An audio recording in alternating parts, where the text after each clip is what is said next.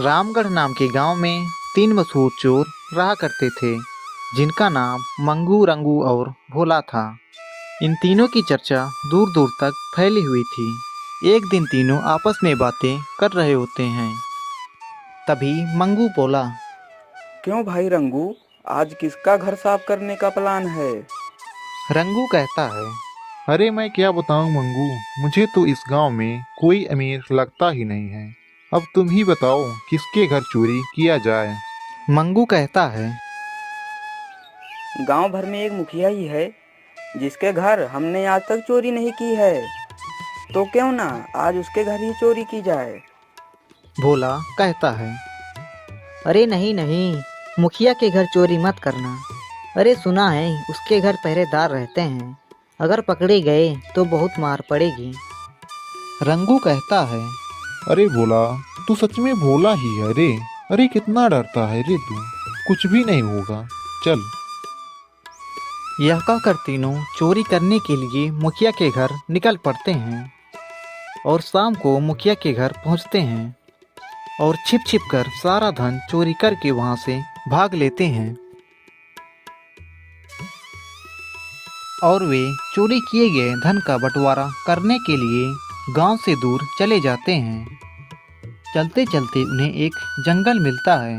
तीनों चोर जंगल में ही एक बड़े से पेड़ के नीचे रुक जाते हैं और उन्हें जोरों की प्यास लगती है। तभी रंगू कहता है, अरे भाई, मुझे जोरों की प्यास लगी है। हाँ भाई हाँ, मुझे भी जोरों की प्यास लगी है। बोला तुम एक काम करो, तुम जाकर पानी लेकर आओ। रंगू और मैं धन की रखवाली के लिए रुक जाते हैं, नहीं तो कोई धन छीन ले गया तो सारी मेहनत बेकार जाएगी। यह कहने पर भोला कहता है, हाँ भाई मंगू, तुम बिल्कुल सही कह रहे हो। मैं पानी लेने के लिए जाता हूँ, तुम दोनों धन की रखवाली करने के लिए यहीं पर रुक जाओ।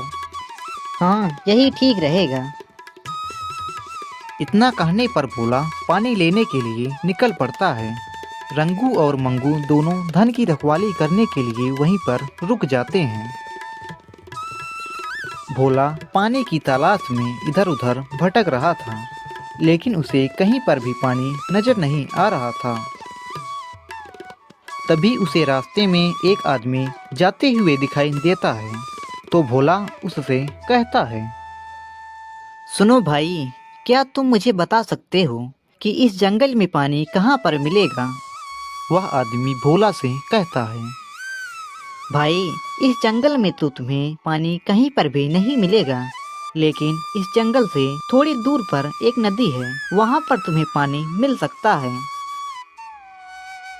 यह सुनते ही भोला खुश हो जाता है और उस आदमी को धन्यवाद करके नदी की ओर निकल पड़ता है। इधर मंगू और रंगू आपस में बातें कर रहे होते हैं। तभी रंगू कहता है, भाई मंगू, एक काम करते हैं, हम दोनों मिलकर उस भोला को मार देते हैं और हम दोनों धन को आपस में आधा आधा बांट लेंगे। तभी मंगू कहता है,